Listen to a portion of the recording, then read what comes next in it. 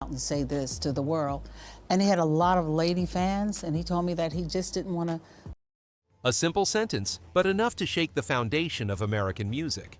Luther Vandross, the golden voice of century-defining love ballads, the man who made millions of women swoon with every lyric, carried a secret with him to the grave at age 54. A secret he once swore he would never reveal. Until Patti LaBelle, his closest friend, unexpectedly broke the silence on live television in front of millions of viewers.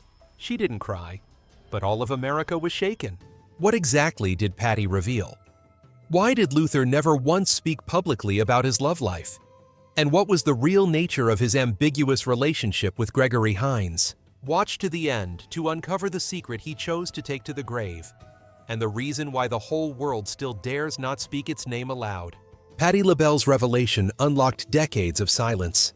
Patti LaBelle's revelation not only stunned fans, but acted like an invisible key unlocking doors of the past that had remained tightly shut for decades. When that fragile truth was spoken, that Luther was gay, a flood of questions thought long buried by time suddenly returned more urgent than ever. Why would an artist who always sang about love never have a single public relationship throughout his career? And what about the relationship between Luther Vandross and Gregory Hines? Two gifted men, two icons of American music and theater, walking side by side under the spotlight, choosing silence over explanation, and carrying with them questions that were never answered. Between them, was it only friendship, or was something deeper concealed beneath the surface of fame and what society called normal? Let's begin to unravel the mystery from the relationship between these two men. Two men, two stages, and a wordless love song. It wasn't the first time they met at a tribute event, not the first time they shared a stage. But something quietly happened in 1986, when Luther Vandross and Gregory Hines stepped into the studio to record the song "There's Nothing Better Than Love." People often say music doesn't lie. And it was this sweet love song that first began to whisper throughout showbiz. Was there something more than friendship between them? That question wasn't random, because when the song was released, it immediately soared to #1 on the Billboard R&B chart and broke into the top 50 of the Hot 100, a resounding success for a male-male duet at a time when the music market still heavily favored male-female pairs glamorized as romantic chemistry. But Luther and Gregory were different. They weren't acting love. They sang like they had lived it. The chemistry between two men with completely contrasting voices, one silky smooth the other, rugged and honest, created a song that made people believe in a kind of deep, unnamed emotion. But behind that hit was more than just music. It was a long journey of two seasoned souls. Two lonely men once doubted, boxed in, even rejected by the entertainment industry, who when they met suddenly found a resonance no outsider could understand. Gregory Hines was already a veteran star. He wasn't only famous for his legendary tap dancing, which earned him a Tony Award in 1992 for his role in Jelly's Last Jam, but also known as a pioneer who helped bring tap dance back to the Broadway stage after its decline. But few knew Gregory had a secret passion: music. Back in the 1970s, he was the frontman of a rock band called Severance, performing in Venice, Los Angeles, and releasing an album under a sub-label of G&P Crescendo. But it wasn't until he met Luther that he dared to step into the world of R&B, a realm rich in emotion, but also steeped in prejudice. Luther, known for his sharp eye for talent, saw something in Gregory that went beyond performance. He saw a voice yet to be uncovered, a vocal tone with a raw honesty, like an unhidden scar. And Luther decided to do something few others had done with Gregory. He didn't hire him as a celebrity guest, but taught him from scratch, guiding him through every note, every breath, every emotional phrase, as if shaping a new form out of an already established talent. Luther didn't just bring me into the studio and turn on the mic Gregory once shared. He sat there listening to every syllable I uttered, correcting each word, not because he was a perfectionist, but because he wanted me to truly sing from the heart. The result was, "There's Nothing Better Than Love," a milestone not only in Hines's career, but also in Luther's musical journey. People said they had never seen Luther so soft. In the way he harmonized with Gregory, there was something beyond technique, it was empathy.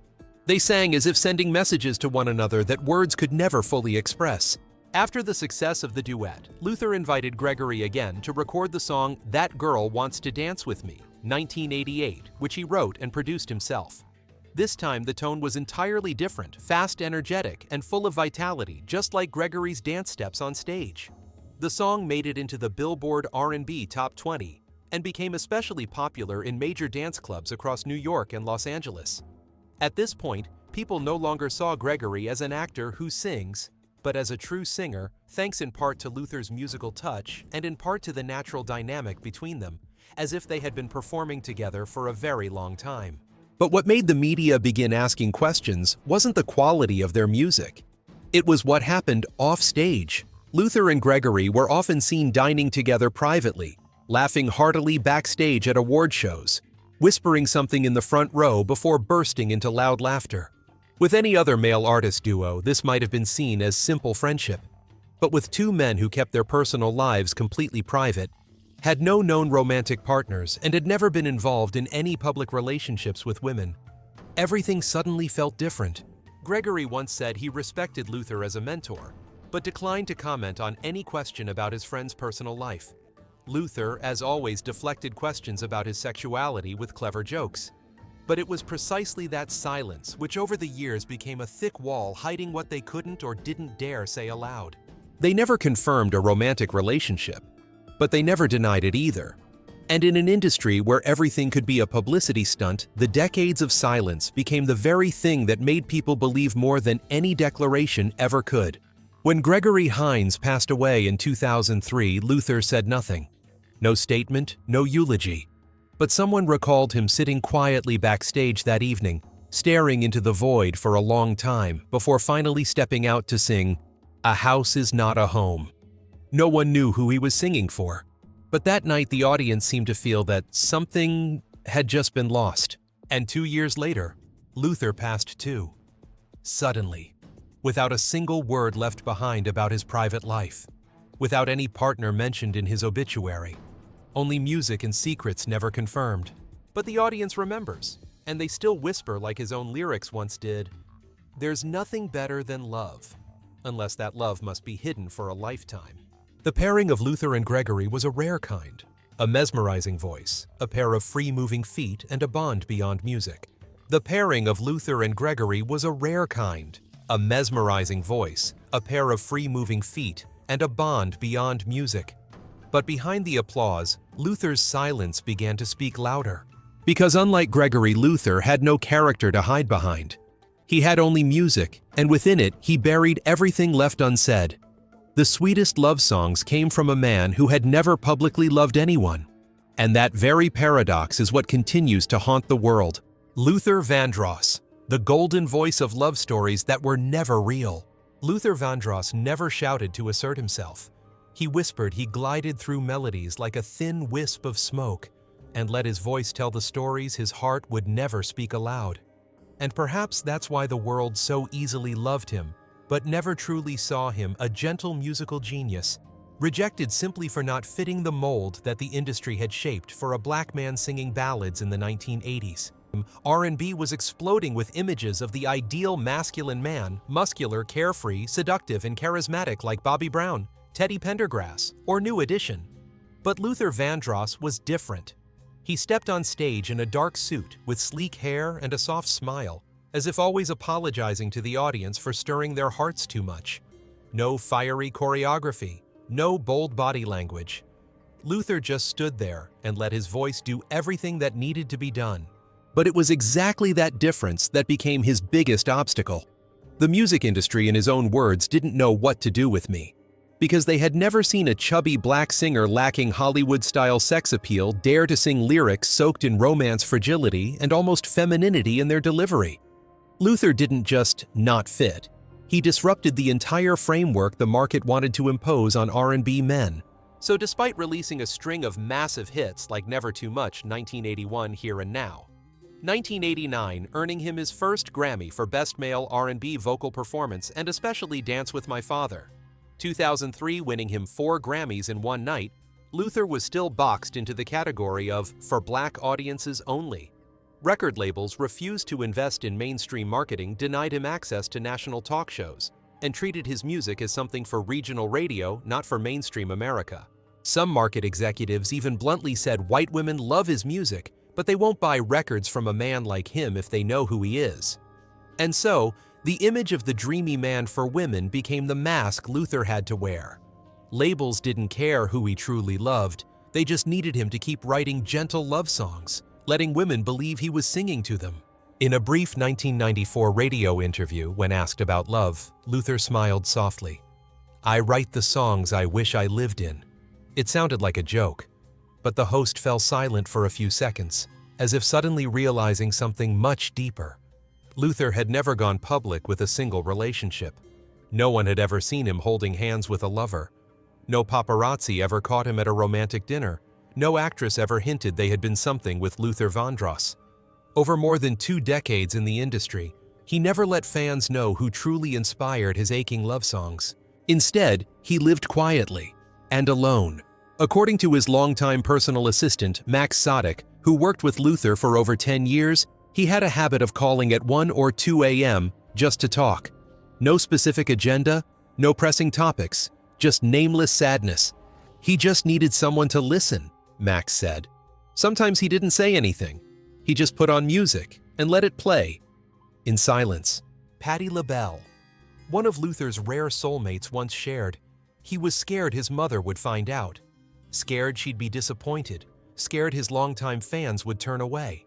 And above all, he was scared of destroying the image he spent his whole life building. Perhaps that's why Luther never came out. Not because he was ashamed, but because he feared people wouldn't love him the same once they knew that the love songs he wrote weren't for them. There's one particularly meaningful song in Luther's career called Any Love. The lyrics are full of yearning, almost a prayer from someone searching for real love in a world full of empty promises. When the song came out in 1988, many fans thought it was written for women who couldn't find their ideal man.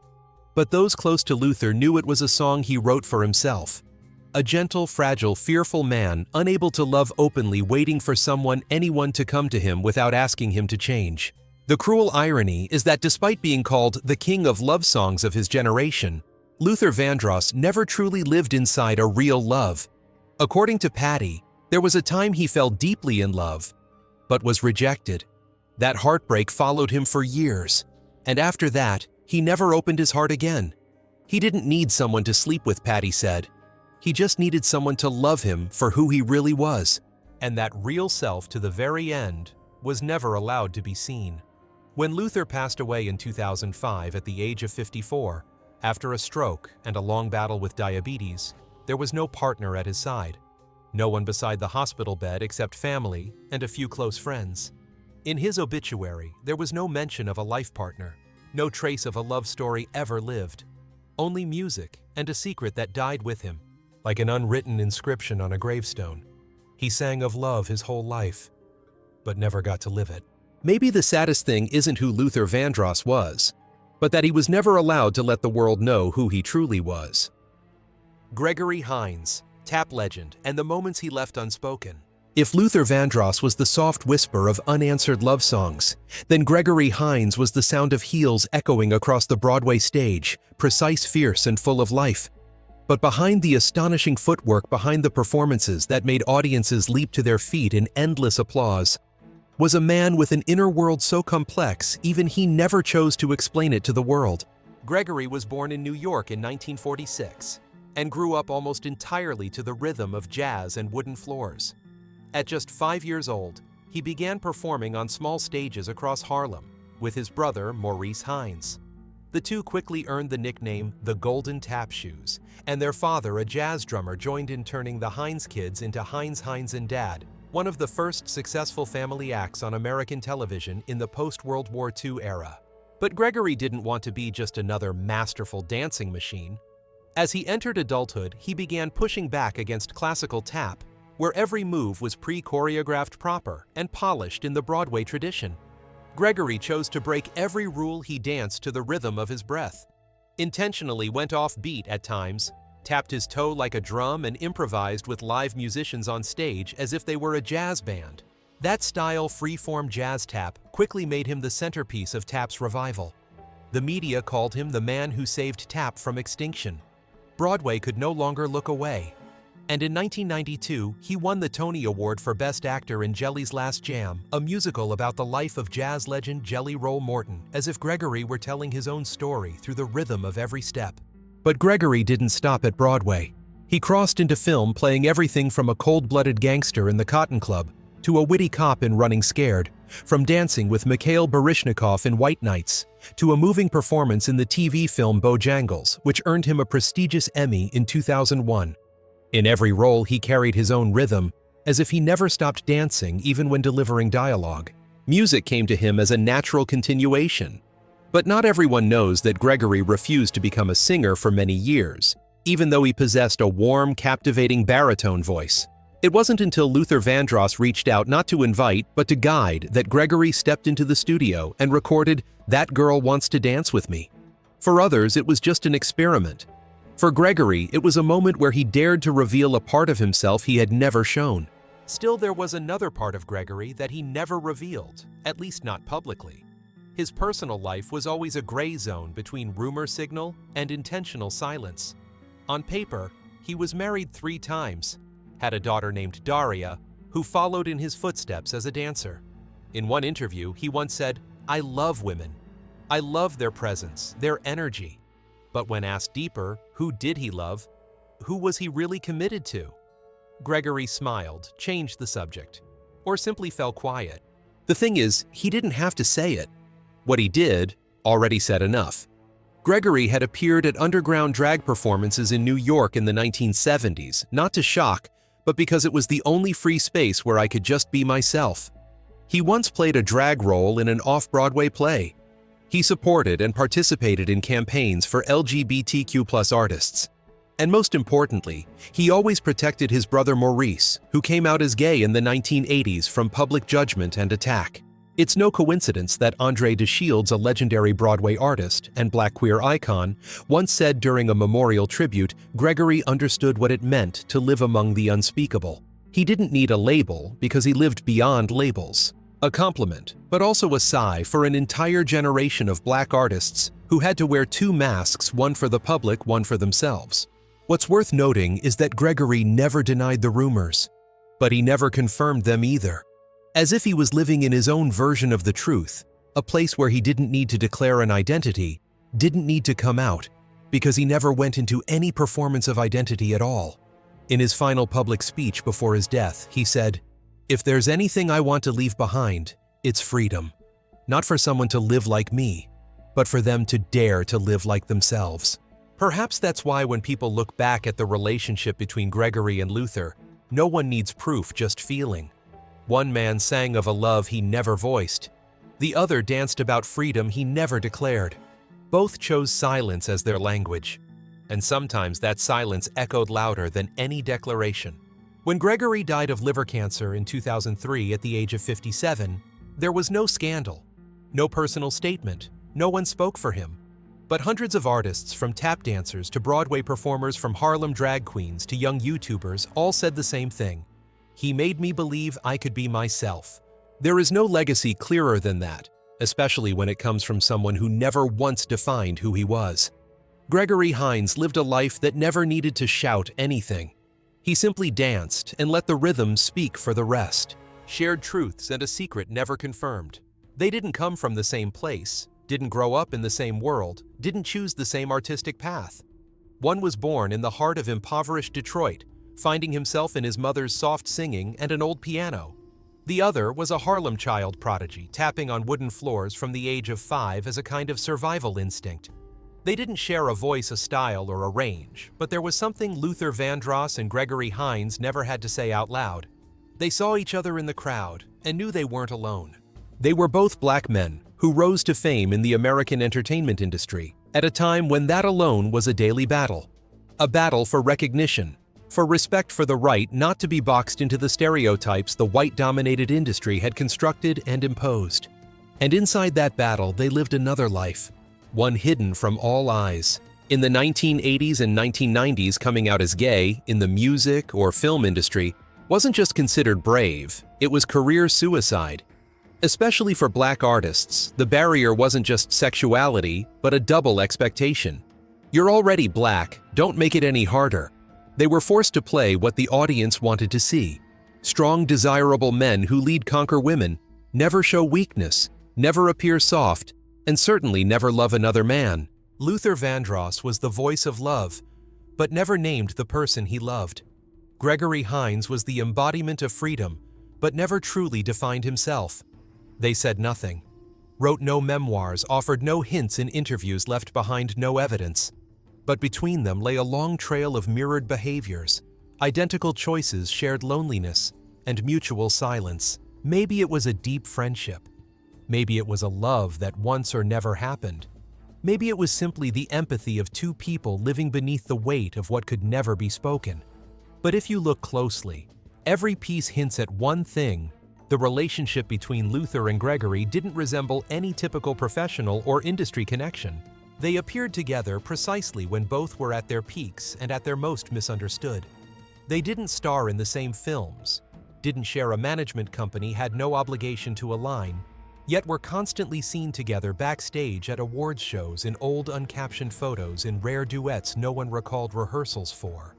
And above all, in the way they treated each other with an intuitive tenderness, as if one could always sense the quiet inside the other. When black comedians mocked Luther for his weight or feminine style, Gregory never joined in. When rumors swirled about Gregory's closeness to a male director, Luther never spoke publicly, but never distanced himself either. They didn't protect each other with words, but with unconditional presence. Whether love existed or not, that loyalty in Hollywood was already rare. Those close to them often spoke in half sentences about their bond. A friend of Luther once said, "He had periods where he'd disappear completely. No one could reach him. No one knew where he was. Then he'd come back calm, lighter, and singing better than ever." When asked if he knew who Luther was with the friend, simply shook his head. "If I did, I wouldn't say." Andre DeShields, a Broadway artist who once shared the stage with Gregory, once said, in an interview, "Some loves don't need to be named. Their existence is enough." Many believe he meant Gregory, but it could have been for anyone who ever lived a truth that wasn't allowed to be spoken. Perhaps even Luther. And when Gregory passed in 2003, Luther said nothing. No farewell, no press statement. But just a year later, Luther suffered a stroke. And by 2005, he too was gone, carrying with him an answer the world would never be able to ask again. Maybe they loved each other, maybe not. But it was the prolonged silence, the choice to neither confirm nor deny, that created a vast space the public filled with speculation, questions, and above all, longing. Not because everyone wanted to know the truth, but because somewhere in that relationship, they saw something of themselves. A glance never named, a touch, never spoken of again.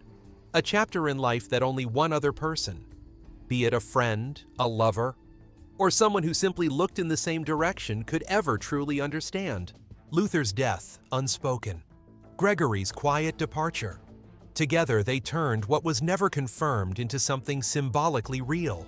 No wills, no confessions were needed. Because what haunts people isn't the question, were they in love? It's this: why were they never allowed to live as they truly were? Even after teaching the world what love meant through music and movement. They didn't have to be a couple. They only needed to be allowed to live as free people. But perhaps in their era, that was still too much to ask. And that silent space never filled is what makes the story between Gregory Hines and Luther Vandross permanently haunting. Patti Label, the keeper of the final secret. He wouldn't come out to the world because he had so many female fans. He once told me, "I just don't want to make the world sad." When Patti LaBelle said those words, under the soft lighting of Way Up with Angela Yee, the audience fell silent. It wasn't a sensational claim, nor an accusation or harsh confession. It was the voice of a friend, someone who had held a secret for far too long, until she could no longer carry it. Luther Vandross passed away in 2005 after suffering a stroke that left him bedridden for the last 2 years of his life. Throughout that time, Patti stayed by his side, not as a fellow performer, but as family. She held his hand, sang him his own songs, when he could no longer find the strength to sing them himself. And she was the only one who ever heard Luther confess, in a faint whisper, his greatest fear, that he would hurt his mother if she ever learned her son was gay. That was the biggest reason he kept it secret until his death. Patty said, her eyes welling up. Not fame, not the public. It was his mother. For nearly 2 decades after Luther's passing, Patti LaBelle said nothing. She avoided all questions about his personal life, refused to comment on the speculation surrounding his relationship with Gregory Hines. "I promised I wouldn't say anything, at least not until I felt it was the right thing to do," she explained. And then, when the world had become more open, when the LGBTQ+ community in music was no longer as stigmatized as before, she chose to speak. Not to create drama, but to soothe a pain, a secret that had left Luther lonely, even when the world was in love with him. Still, her revelation didn't only bring sympathy, it was met with fierce controversy. Some accused Patti of betraying her friend by revealing something he had never chosen to say. Online forums and social media exploded with debates. Does anyone have the right to disclose a person's sexuality after their death? Is it liberation or violation? Meanwhile, many artists and fans thanked Patti. They called her the last torchbearer, the one who dared to say what the industry had long kept hidden. A famous black rapper tweeted, "We need to know what legends like Luther had to live through to understand just how precious freedom is today." A veteran music journalist wrote, "Luther didn't just leave behind a musical legacy, he became a symbol of a generation of artists who lived in silence, loved in shadows, and created from deep pain." When re-watching the interview clip, many noticed Patti's eyes as she spoke those words. There was no pride, no bitterness, only relief, as if she was finally letting go of a weight that had pressed on her heart for 20 years. "I didn't say this because I wanted to," she concluded. "I said it because I believe he deserves to be remembered fully with everything he was." And truly, once that truth was spoken, Luther's lyrics, "From Any Love, if only for one night to dance with my father," were heard in a new light. No longer just beautiful love songs, but the cries of a soul yearning to love without judgment. The whisper of a man who chose silence to protect his family, his career, and the fans who had loved him in the right way. Patti LaBelle didn't break a secret. She returned to a soul something he should have had long ago, the right to be himself, even if only after he was gone. And for many, it wasn't betrayal, but a final act of release, gentle as the stage lights dimming at curtain call. Perhaps we will never truly know what happened between Luther Vandross and Gregory Hines. But one thing is undeniable. They lived, they loved, in their own way, in silence, in the spotlight, and also in the shadows. No one dared to enter. Their story isn't just a hidden secret, but a mirror held up to society, where the gifted are forced to choose between personal truth and public success. If you've ever felt that some things can't be named but still reach your heart, then this story is for you. Subscribe to the channel, turn on notifications, and share this video to help us continue telling the forgotten stories where memory music and truth meet in silence. Because some things don't need to be spoken, but still deserve to be heard. All data, analysis, and commentary in this video are presented based on information available at the time of production. The content is subject to change over time and should not be considered a definitive forecast. There is still so much more to explore: stories of resilience, legacy, and truth. Feel free to dive into some of our top recommended videos now appearing on your screen.